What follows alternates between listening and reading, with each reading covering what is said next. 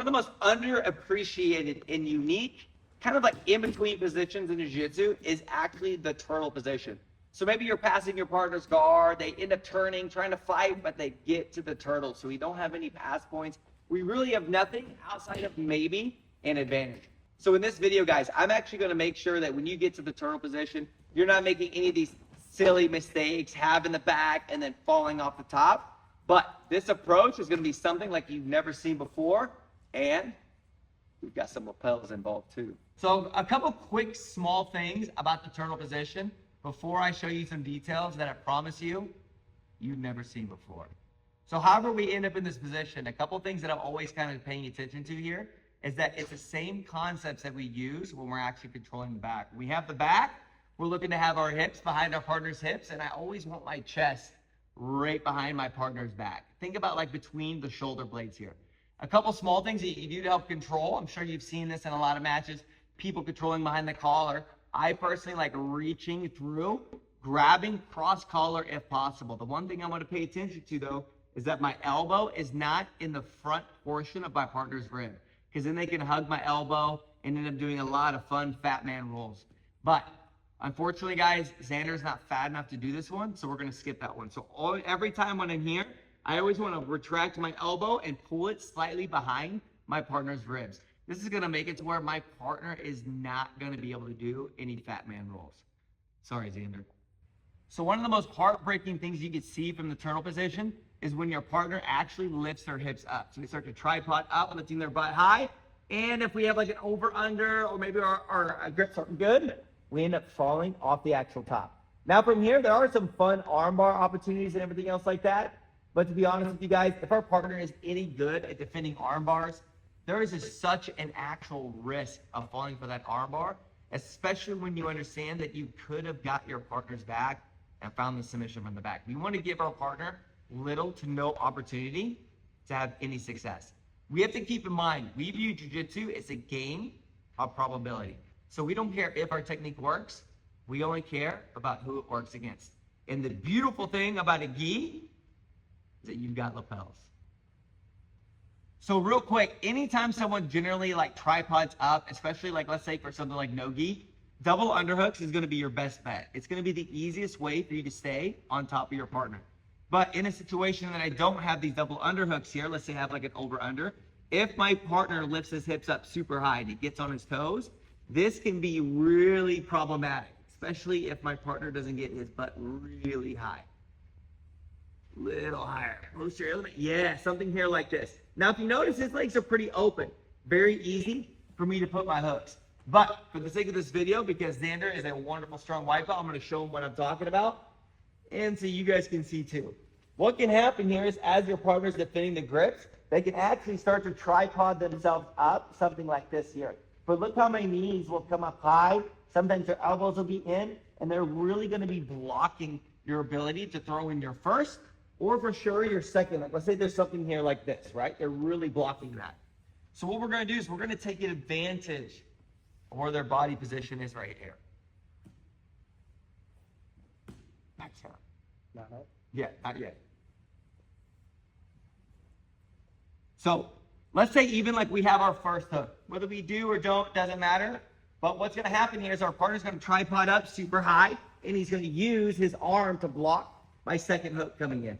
So if I try to bring the second hook coming in, Xander's doing a great job, guys. Even better than Doy. Bring your right elbow towards your rib. Yes, look. So you see I can't bring the second hook in? I'm not even going to try to bring the second hook in with this concept. What I'm going to do from here is I'm actually going to use a concept that is very, very common in wrestling. What I'm going to do is I'm going to take my right hand, the hand that's nearest to the leg that's propped up, and I'm going to reach over my partner's leg, and I'm going to start to put him in basically a cradle.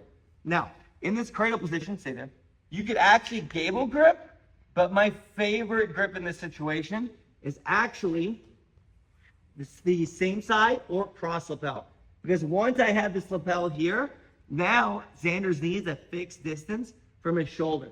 Now I can keep this grip here, add slight tension. Look, I start pulling my elbow out, pulling the lapel closer to behind my partner's knee here. And as I have this here, we can even post our hand, extend, and start to take him to the back here. Now, if you look, my left leg over here already has a twister hook. I've got really strong control. If he tries to turn away from me again, I could fix my hair, take my time. Xander's not going anywhere, even if he has that redhead strength. Yeah. So then as we're here, I look to get under, start to threaten to choke, whatever I need to do from here. But the thing that I really like to do from here is, especially if I feel my partner trying to really leg press away, I'll bring my knee to my armpit, and I'll take my foot to his actual quad.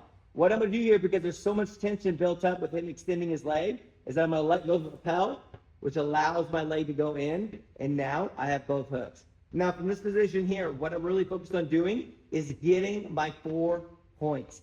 Yes, I want to find the submission, but the biggest priority I have is getting my 4 points. So I think the easiest way to think about this, guys, is that when my partner's in the turtle position, and I think the best way to first learn this, I have my first hook. My priority is keeping my hips behind my partner's hips. I don't want to be off to the side because it's very easy for me to fall off the top. So then as I'm here, I'm trying to work, trying to take his back, we're trying to work the second hook. But then now Xander tripods up really high. So I immediately take my arm, I go around my partner's leg. I do my best to go elbow joint deep behind his knee, grabbing preferably cross collar. If I get same side collar, not a big deal from here. Now from here, all I'm going to do is I'm going to extend my right arm, trying to bring my wrist towards the behind his knee. And now we extend down here. Look how my my left leg though, guys, extends with this actual twister hook here. Now from here, I can get my arm under his head, and then from here, take our time, control. I feel this good tension building up in my wrist because he's leg pressing down, knee behind my armpit, and then as my foot's about to hit, I let go, taking my hook in, and now we got our partner's back. There are some other really fun submissions you can do from this position, but I would tell you a lot of these result in more of a knee bar type scenario. With that knee bar though, if you guys can imagine what it is, be very careful with it because you're not just going to hurt your partner's knee, you can do a lot of damage to their actual hamstring. I'd really encourage you guys when playing with this, focus on keeping your hips behind your partner's hips. So really an easy idea, the way to think about this is that if my hips are off angle, this is not the most optimal. If I'm up here like this, my hips are right behind his, I'm pinching my knee down. If his butt is up slightly, I'll take my right heel and I'll curl behind my partner's hamstring. And then this is a perfect scenario. I can go elbow joint deep, actually start looking for the cradle. If I can't find the lapel, I'll actually lock my hands together and whatever variation you guys like to go for. I personally don't like the S grip. It's the weakest of the grips, but is the most mobile. So I'll gable grip, find the lapel, control it, take my partner down, and then find the submission. Guys, if you're looking for more help with your jiu-jitsu and you're looking to take your lapel guard to the next level, check out the links down below. You're going to see an actual school group, guys. Very, very similar to Patreon, but it's just better because it has my lapel guard instructional on it. If you're looking for a step coach to help you take your jiu-jitsu and that lapel game to the next level, check out those links to see my full lapel guard syndicate group. It's basically a virtual team, guys, that's going to make me your step coach.